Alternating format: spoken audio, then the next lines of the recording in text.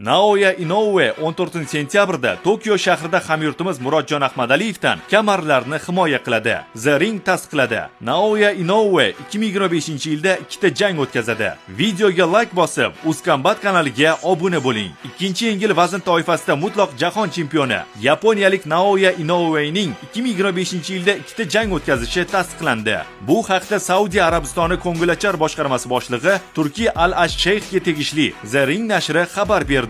Manbaning xabar berishicha, Naoya 4-may kuni Las Vegasda meksikalik Ramon Cardenasga qarshi ringga ko'tariladi. G'alaba qozongan taqdirda 14-sentyabrda Tokio shahrida hamyurtimiz Murodjon Ahmadaliyevdan kamarlarni himoya qiladi. Murodjon ayni paytda Indiyadagi o'zbek bokschilari qarorgohida mashg'ulot o'tkazyapti.